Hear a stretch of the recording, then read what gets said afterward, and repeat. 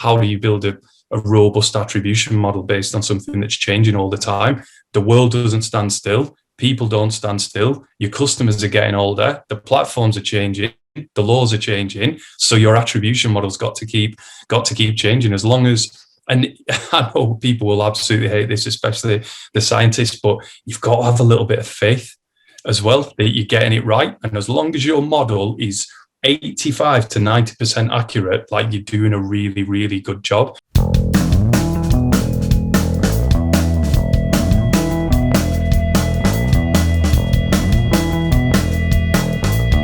Hi, everybody. I'm Gilbert, and I'm the CEO of Leave. We're a tech company specializing in performance marketing services for e-commerce. I have Wes with me, who is our CMO and Chief Customer Officer. Joining us today is Kieran Chapman, Director of Growth from Josh Wood, Color. We're leading her Color brand and one of our customers at Leave. And then we also have Holly Patrick, who is Client Director at Deft, one of our partners, and is an amazing creative consultancy for social commerce. Today, we're going to be talking about growing your e-commerce brand. Going into 2022, what the landscape looks like. Lots has changed over the last couple of years, but it continues to morph and evolve. What the challenges are, what opportunities are, and what you can do about it now. How do you prepare yourself towards that? So there's going to be three themes that we're going to be trying to cover today. One is kind of like the state of the nation, sort of, what's the landscape looks like, challenges and focus, and also we're going to be deep diving a little bit on Dev's social commerce report, which is a great work that the team at Dev put together and that just announced just a couple of days ago. So we're pretty happy to have Holly with us to cover that. So let's start looking at this year, 2021. Lots has changed. We're kind of getting into that point where we're getting accustomed and feeling cozy with all the changes and all the challenges. Kieran, I know you joined Josh Wood Color this year as Director of Growth. What has been like? What has been your major challenges? What have you been focused on since you joined?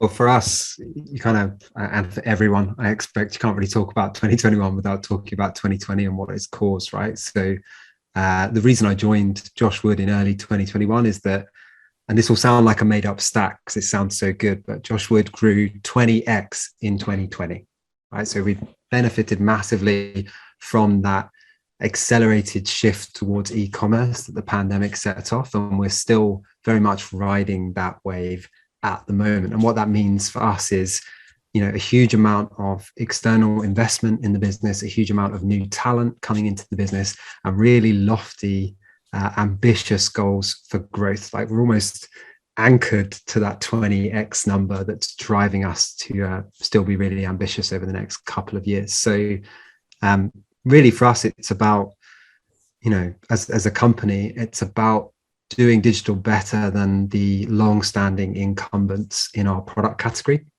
Our product category is dominated by multinationals that you'll recognize, the L'Oreals, the Garniers, and they invest primarily in two things: TV advertising, and lots of it, with flashy celebrities, and extensive distribution partnerships with retail. What they don't invest in is digital and digital experience and digital distribution.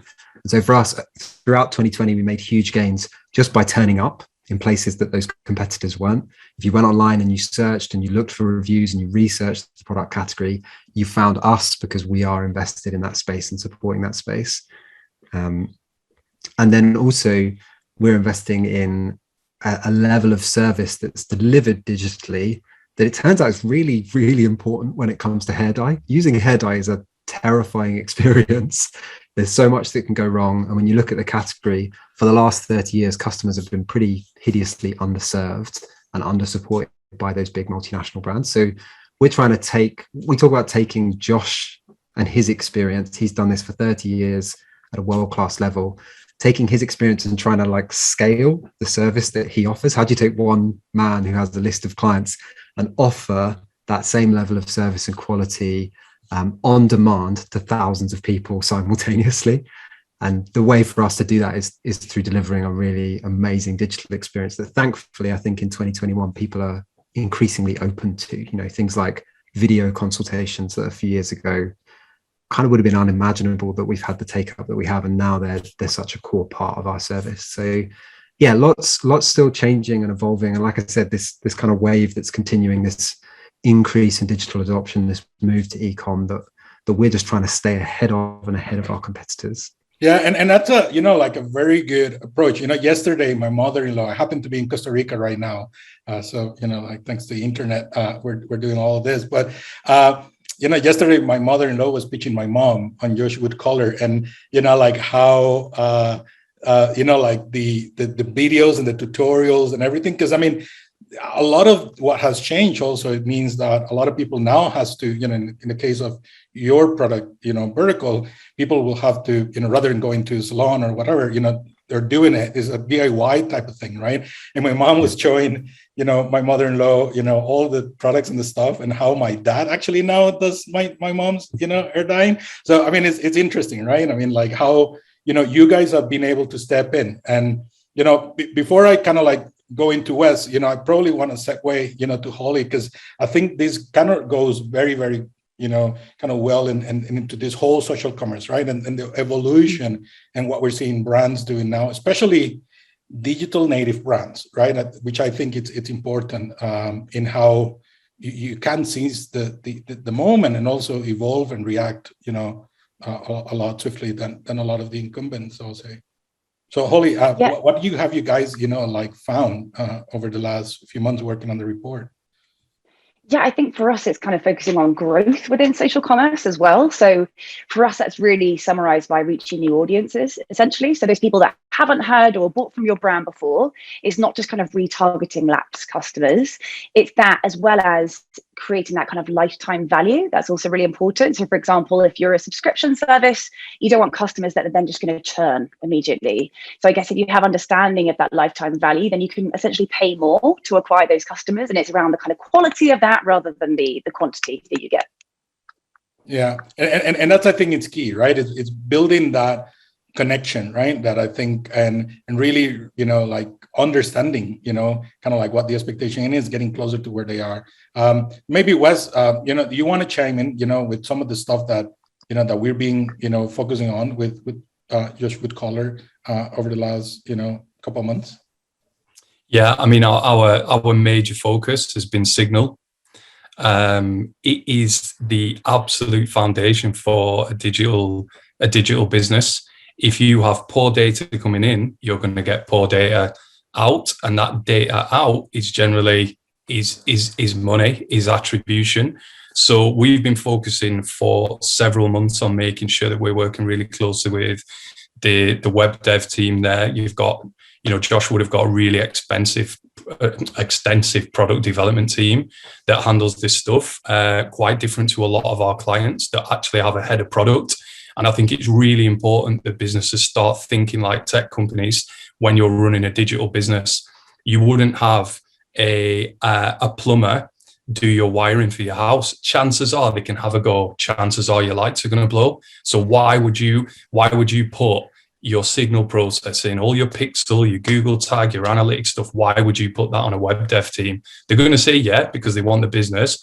They aren't specialists in this stuff. So our signal processing engineers specifically focus on this stuff. They're Shopify experts. They've built stores before, but they're signal processing experts first and foremost. So making sure now, because we are getting less data, we've reached peak marketing data, and that is just a fact. We're on the way down. Hopefully it's going to level out at some point, but it's going to be post 2023 when third-party cookies effectively die. So how do we prepare for that?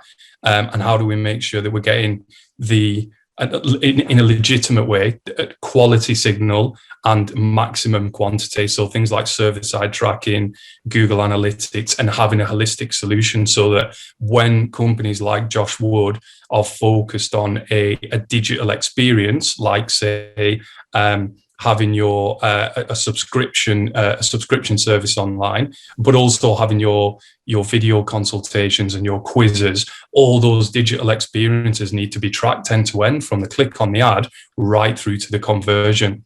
So, and that has been a relatively complex journey for Josh Wood. So making sure we've got that right and building a foundation so that any upgrades that are done to a website don't unravel your entire conversion tracking framework. And I think that's been criminally underserved by the traditional agency industry, and it's been undervalued by brands. Thankfully, not undervalued by Kieran and his team, but it is, people are starting to change. And I also think that, looking at the kind of work that Deft does, focused on creative for social commerce, tracking, if you don't know how those creatives are performing, you don't have a methodology for testing and optimizing those creatives, signal and getting quality signal is such a huge part of that for optimization, and we're getting less of it. So we need to really protect the source, and that is where we're focused. We provide an end-to-end service, but really it starts with signal. Yeah, and I think it's important, right? As we step in, and I think as much as we don't want to cover COVID, and the pandemic in a lot of what we do, because suddenly is normal. It's the stuff that we can control, right? I mean, we're going into 2022, and it's going to be probably a little bit more of what we've seen this year, with certain changes. We can't predict it either, as much as we wish, we were to predict. A lot of the worries are, that as you continue to grow, and, in the case of, Josh Wood Color, like having this 20x, it also puts a lot of pressure in keeping that momentum going, right? And actually seizing the opportunity, seizing the chance, and, and starting to take a moment out of it, right? In many ways, you will see that also with channel preferences, right? Now we have, Facebook and Google. TikTok is slightly, going into it, albeit, we can argue that, the audience aspect there, as an element. Just this week, they announced that, at least in the US, TikTok overtook YouTube from, amount of time spent on the platform. There is Amazon, which is this huge, kind of like elephant in the room for a lot of the direct-to-consumer brands, right? I mean, you kind of have to play alongside it, knowing that it's kind of like that enemy that you need to be having close to you. How do you, come around that, Kieran, and from the planning perspective? And, obviously, there are partners like us who step in, to help accelerate some of those things. But from an in-house point of view, how do you balance the, what goes on in-house and what goes outside, from a partnership point of view? Yeah, well, the in-house outsourcing question, I mean, I was really lucky when I turned up at Josh Wood in one sense, because the company's really in its infancy. I mean, it's existed since 2018, but only really started to trade at volume in 2020. I turned up and had this wonderful luxury of not having a team in place. So being able to question from the ground up what problems I needed to solve and what the best way to solve those was. And I kind of thought about it in a few terms, and actually probably Leaf is a really good example of the thought process that I went through. Like, I thought about what technical expertise did we really need to make sure we were kind of capitalizing on that startup dream of being a fast-moving digital disruptor. It's easy to say, it's much, much harder to do, as Wes was just outlining. There's a ton of complexity that comes with that, and I knew we needed the skill to manage that complexity. Also thought a lot about like elasticity of resource. We have such ambitious growth targets over the next few years that the need to scale our resourcing quickly was vital. And both of those things that are achievable in theory with an in-house team, but they're harder and they're also more expensive initially. We kind of didn't have that luxury to build an in-house kind of Mercedes-Benz solution straight out the gate. We needed to start testing small, prove the investment case, and then still leave ourselves with the option to scale up. And, that's when thankfully I ended up in touch with you guys, and whereas we had initial conversations exactly about what you were just talking about, Signal, about the importance of managing that technical complexity. And I could see straight away that we could partner effectively on that problem. And then both on just a pure campaign management point of view and from a creative point of view as well.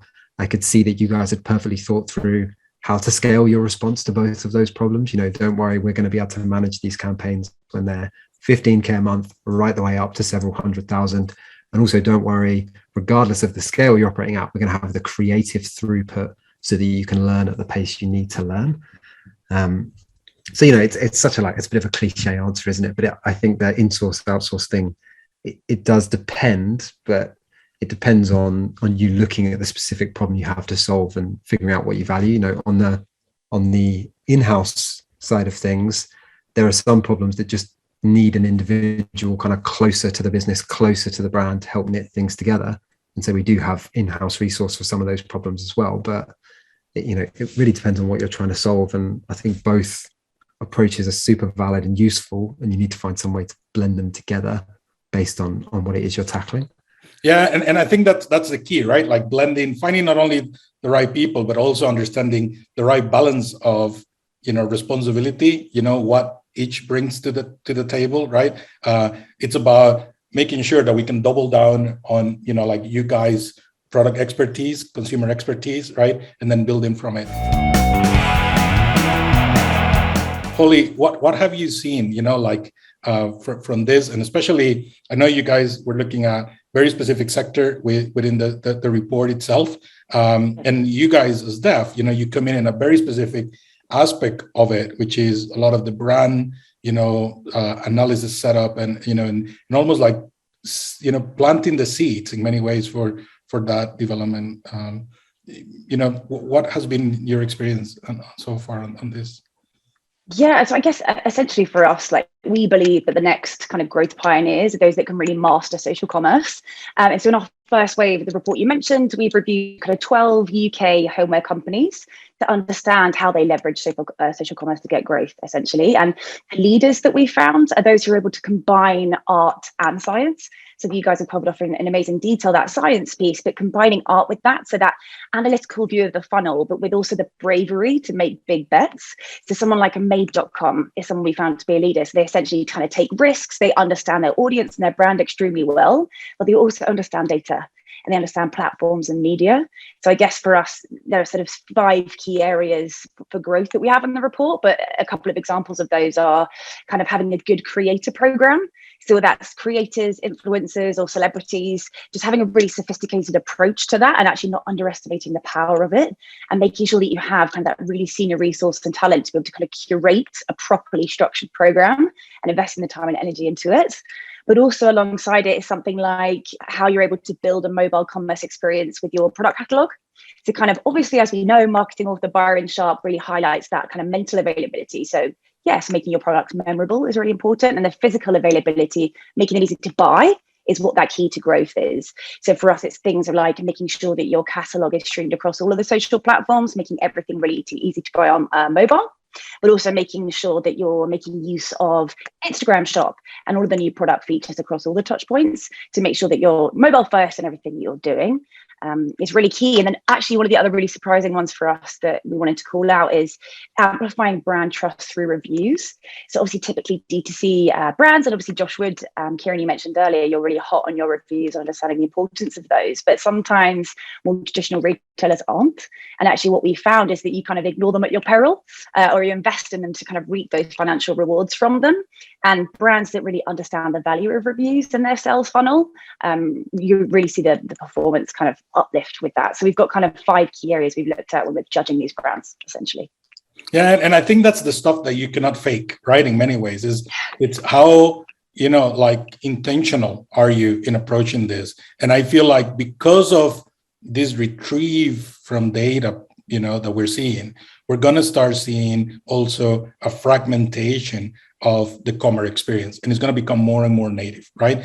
Most probably, checkouts are going to go into Facebook, into Instagram, so on and so forth. I think Shopify as a provider, I think they're kind of like probably like forward in the wave and the way they're riding. That pretty much has a partnership with every single social platform that you can think of, and they make it super simple quote unquote, right? I mean, there is still a lot of complexities behind it, and it breaks more often than we wish. But there is a lot of ways that you can be almost present, right? And being able to not only looking at the user journey from within your own properties, but also how do they behave? And going back to Kieran's point, it becomes an ever complex formula, because there are so many touch points that you now have to manage. And especially, when you set yourself forward as, wanted to scale rapidly, and become, a established brand,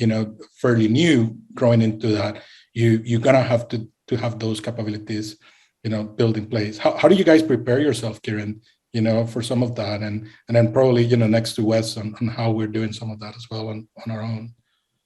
I think there's a really interesting tension at the heart of like every D2C brand, which is you recognize the value of this proliferation of customer touch points, and you recognize that part of your ability to disrupt a category is that you're going to appear in places that incumbents and traditional marketing organizations just don't go.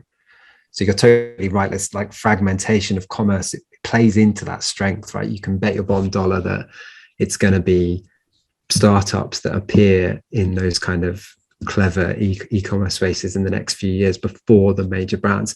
But the trade-off is that you so desperately want to build a coherent brand and tell a coherent brand story. And so you have to then somehow do that across all this fragmentation, rather than just, wouldn't it be a wonderful world, just bring people to your website and they relax and spend 10 minutes reading all your content, and they get to know the brand story. In reality, you just don't get that luxury with so many of your customers. I remember doing an attribution project a few years back in a previous role, looking at all the different combinations of touchpoint journeys that led to the site. And there was something absurd, like 10,500 possible permutations of touchpoint combination. You go, how do you tell a story across that many different variants? But for us, and again, one of the reasons we're so happy to be working with you guys at Leaf, for me, one of the ways you solve that problem is you ideate, experiment, and refine, right? So you go, okay, here's the story we want to tell. Here's all the ways we could tell it. Some are longer form, some are more succinct, some are 5 seconds. That's all we have.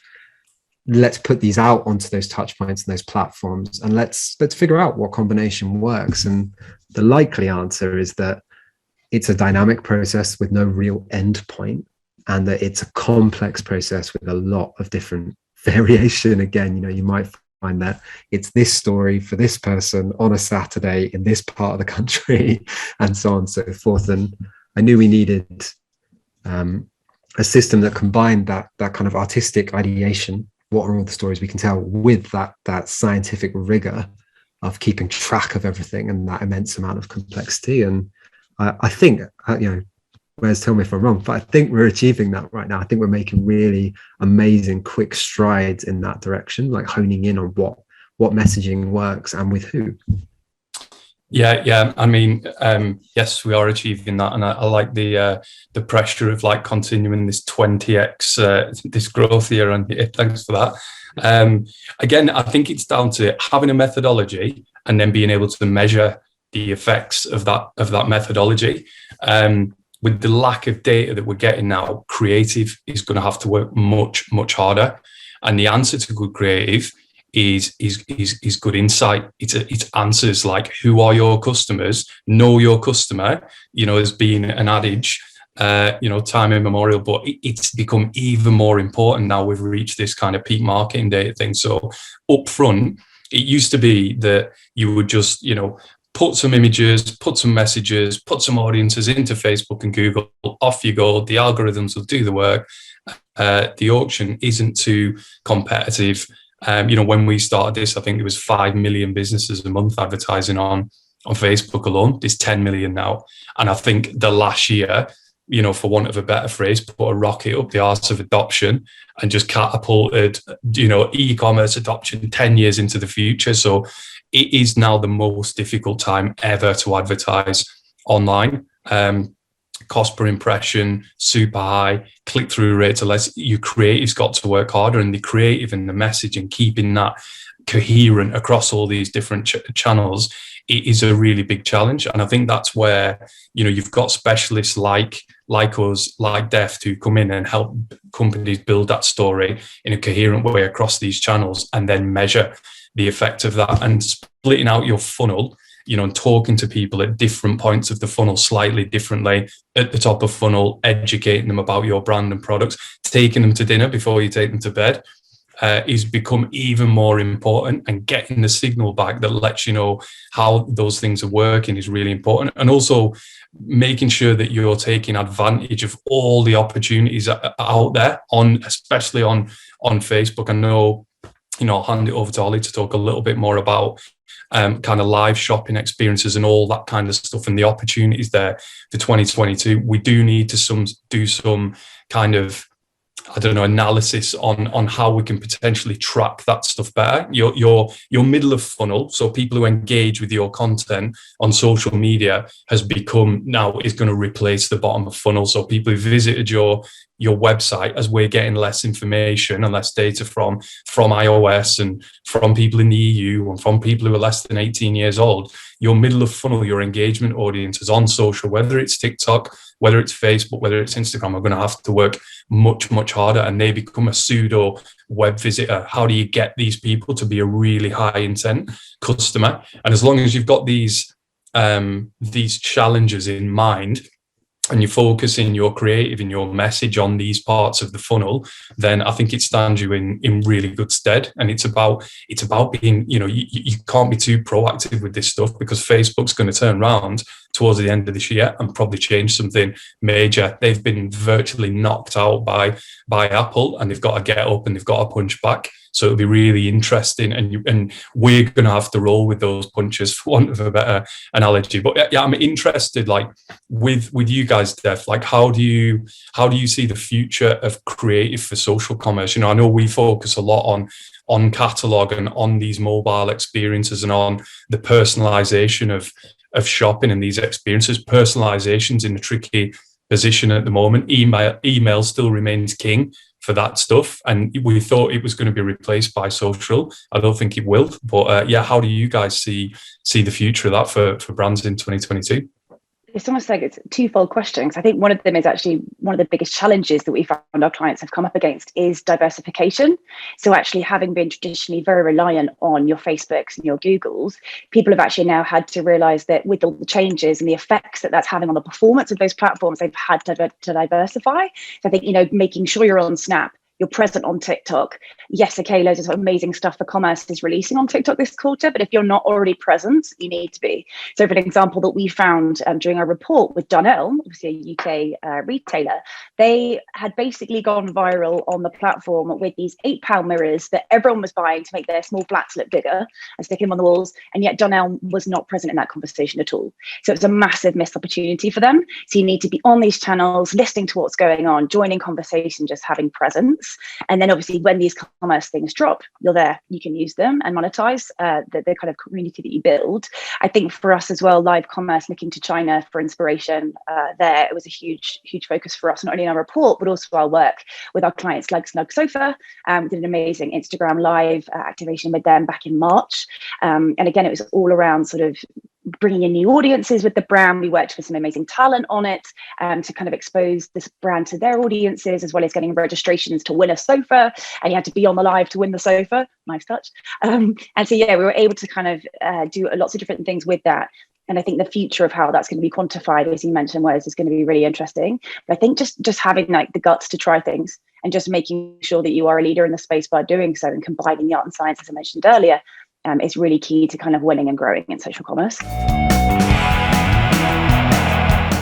Yeah, no, and there was something that Kieran touched briefly, which I think is important. Maybe we can use it to kind of like start winding down this conversation. Otherwise, we can go for hours here. But and it's attribution, right? And it's modeling of the attribution. Attribution, unfortunately, is not an exact science. It's something that you only can get to, almost tend to and approach. There is also a massive thing that people not necessarily speak about, and is the halo effects that all these different touch points have on the other channels, right?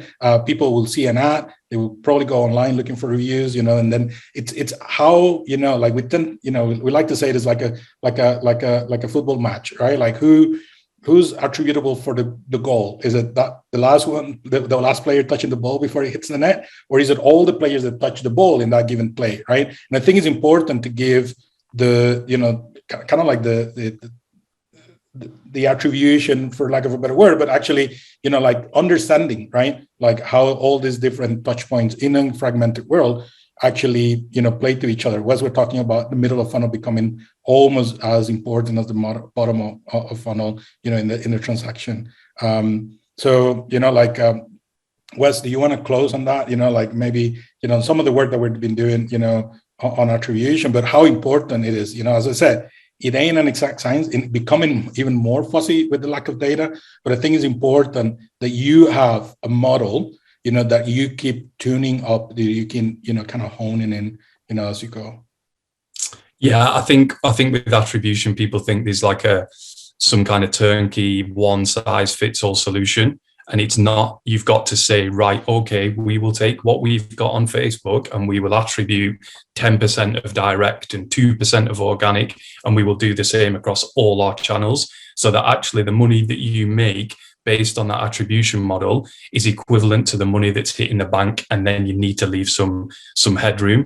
And I think attribution models change. People think, oh, like we need to build an attribution model, and then we've built it, and then we can move on. These things change all the time. And once, third-party cookies start to die, GA4 comes into play that starts to be able to track people across devices. All these things change again, and you will have to keep remodeling this thing. It's an iterative process. I know people don't want to hear that, because how do you build a robust attribution model based on something that's changing all the time? The world doesn't stand still. People don't stand still. Your customers are getting older. The platforms are changing. The laws are changing. So your attribution model's got to keep changing. As long as, and I know people will absolutely hate this, especially the scientists, but you've got to have a little bit of faith as well that you're getting it right. And as long as your model is 85 to 90% accurate, like you're doing a really, really good job. Just because to get to that point takes years and years of experience and years of practice. And I think also having faith that your customers, the platforms are going to give you the data that tell you, but data doesn't have any ideas. It doesn't take account of feeling. It doesn't take account of your position in the market or your USP. Only you can do that. And I think it goes back to what you guys were talking about, where art meets science. It's where intuition meets data. And I think that, with some of the work we've done with, say, Go Compare and other brands, like the huge brands that can say, right, we're going to stop advertising in Birmingham and see what the effect is, or we're only going to advertise in this part of the country on social, and doing those incrementality tests. You can do those in very small ways. You've got to be able to afford to do those, because some people can't afford just to turn off social for a week to see what the effect is. It's interesting, some of the work we've been doing with Josh Wood recently, and the restructure of the website and stuff like that has enabled us to have a baseline without social, and now we can start to measure the incrementality of like actually turning that channel back on. So you can use stuff that's actually a problem for your company, like, oh my God, the website's down, stop all the ads. Use that as a way to reset and create a baseline, and use those challenges as opportunities for the future. Yeah, and look, there are a lot of topics that we didn't touch today, right? There is the international markets, right? How do you approach those, right? Your unique economics, right? I mean, we've seen it with one of our customers, right? Built for Athletes, and he's understanding your unique economics per territory, and even the messaging and the way you structure those. Understanding that, you no longer have this kind of like global ROAS targets. You essentially have to start breaking down, based on parameters and variables. There is a lot of it, and we, as I said, we can go on and on. Maybe, as a topic for a podcast, that we can do later. But essentially, there is a lot of challenges, as Wes said. There is a lot of opportunities, and I think those opportunities are going to be really up for grabs for the people that can move fast, have the right type of partners around you, right? That can look at those insights, make decisions based on them, and actually take the brand to next level. So I think, if anything, this period, over the last, couple of years, really has democratized the opportunity, to market for a lot of brands, similar to how Josh Wood has been able to grow 20x. I think there is an opportunity, out there for a lot of these brands. We've seen it every day, with a portfolio of brands that we work with. So yeah, I mean, any parting thoughts, team? We can start with Holly, go with Kieran and Wes. Like you say, opportunity, grab it, be brave, be a leader and not a laggard. That's my closing statement. Kieran. How you meant to follow that? That was so punchy. That was amazing.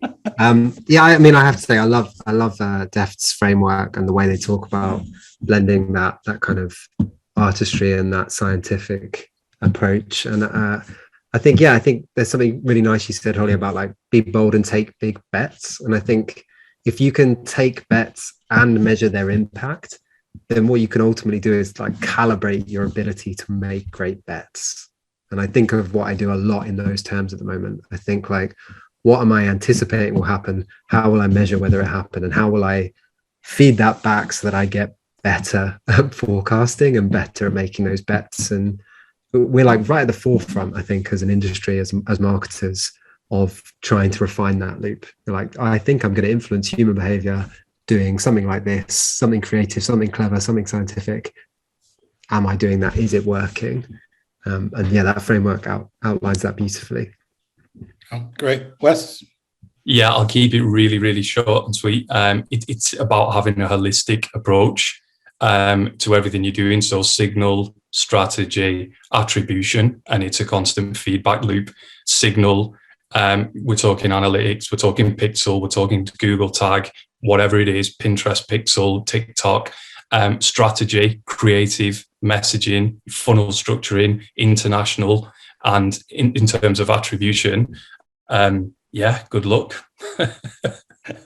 No, I mean, look, everybody, I hope you've enjoyed this session, learn a little bit, that helps you prepare to deliver on your brand's growth potential in 2022. It's the land of the brave, like this is trailblazing, like 3.0, if you will. And I think it's about being smart more than ever, making sure that you make use of, all the tools, partnerships, and learn, and this constant learning, right?